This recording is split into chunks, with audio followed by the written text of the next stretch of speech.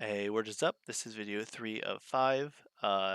No flashy starting intro. I'm going to jump into it 'cause you probably know the deal right now. This is what's Wind good at? What are you building with Wind? Not really going into weaknesses too much because that involves a whole lot more discussion of every other element. We're just looking at what does Wind do well. So, again, as my previous videos, I kind of have them spread out into archetypes. And again, we're kind of ignoring the stadium in the corner because they all do the same thing, just for different elements. So the top row, you might be looking at like, oh, but these all kind of do vastly different things. So the first and biggest strength of Wind is it is a toolbox element.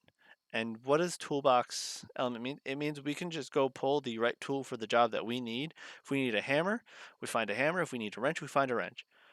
So Aeolus, one of the best cards in the game right now because Aeolus is literally just like you get an Aeolus is the same as drawing a copy of each of Pika, Sorlet, Exaltair, Peliquarius, or Nimbug, or Aramare in your hand. When you get an Aeolus, you effectively have those 6 cards in your hand as well, because Aeolus just gets any of them from your deck into your hand right away. And they all have different unique effects and properties. So the toolbox aspect of Wind is crazy because it's like if I need to destroy a rune, I'll just pull out a Nimbug with Aeolus. Bam, destroy a rune. If I need to destroy something with a big attack or a little defense or something, I'll play Sorlet, put it in the position I need to be, attack with Sorlet, it's gone. Great removal, great aggro card. If I need to finish up a game quick, I can play Aeolus on 1 or 2, or sorry, 2 or 3, get Exaltair out, Nexus to Exaltair, and hit you directly, maybe after clearing something else out, and try to close the game that way with some aggression. Or if I need to keep digging for other things, I can go Aeolus into Peliquarius to get me another thing, and I can just start cycling out cards from my deck that I might need later and go that route. Or if the coast is clear, I can go Nimbug with Aeolus straight into the Sirikun Stratomoth stuff if I feel the coast is super clear and I can get through with that. Or I can pull out an Aramare if I feel like I don't need anything super direct right now. And Aramare is just a good solid 4/5. That is combined 4/5 is the most stats in a 1-drop you'll find in any 1-drop. Now, granted, 4 is an okay attack stat, 5 is a great defense stat. Aramare, other than that, is basically a vanilla creature, but Aramare is not that bad as a 4/5. It can trade things, it can survive things. So yeah, the toolbox aspect of Wind is like S plus. If you were making a toolbox Wind deck, you're okay, and then you're just going to support it with some other stuff. The next big thing that Wind is really good at is its tempo. So whereas Water has resilience, where it's kind of passive tempo in a sense. So what I mean by tempo is when you're playing a tempo deck, you're dropping threats and cards that force your opponent to respond in different ways. So with the Water, it's resilient, so your opponent has to your tempo plan in Water is to be resilient and not let your opponent really deal with your board correctly. The Wind tempo plan is just to get to things quickly that your opponent might not be able to respond to.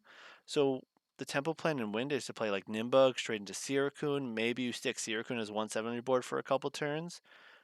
But when you get the Sirikun out, you can get the Stratomoth out right away the next turn, and you still have that normal summon for any of these other cards to be played. Aramare, again, I said is an okay 4/5 stat line. But if you go Aramare into Gleisdale, that's a really difficult thing to deal with because 7 attack is okay. 5 defense is good because now Sorlet won't affect it and stuff like that. And if you go Aramare into Gleisdale, your opponent can't target it or destroy it with runes, so they're forced to deal with it with ELESTRALs um, or Shield of Achilles, which is pretty good. So that's a tempo plan. It's like, given that this tempo plan's a little bit weaker than the Water resiliency, I give this like maybe a B minus because all it takes really is to disrupt it in some way, like maybe play a Pandora's Box or something.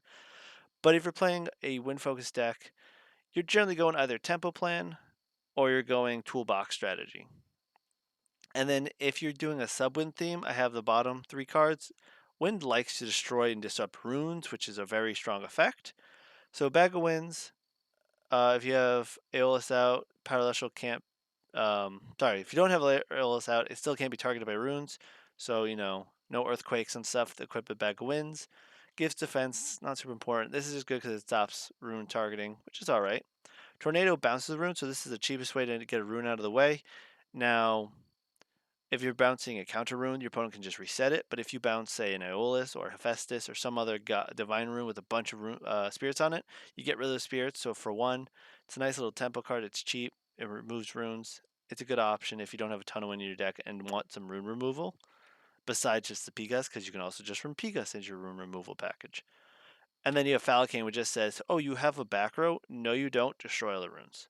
So if you're running wind as a sub theme in other decks, you're generally running it as rune removal package.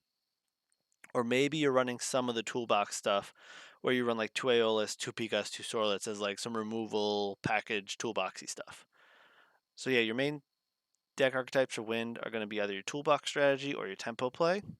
And then the sub themes that you run wind as, like your second element, is going to be generally a toolbox or rune removal package. You're not really going to try to go for the tempo stuff with wind as a side package because it can get a little wind expensive. Like you can spend 6 to get Shadow Moth out and it's all wind. It's a little costly. But other than that, that's what wind's good at. So that's wind. I'm going to move on to thunder next. I appreciate if you guys give me like, subscribe, trying to work on my channel. If you have any questions, again, feel free to drop them below. If you have thoughts on what I said, again, comment below. Let me know. I'm in my comments all the time talking with people. It's a fun time. Or just hit me up in Discord and let me know there. So yeah, that's my wind kind of dissection. And see you in the next video with Thunder. Peace.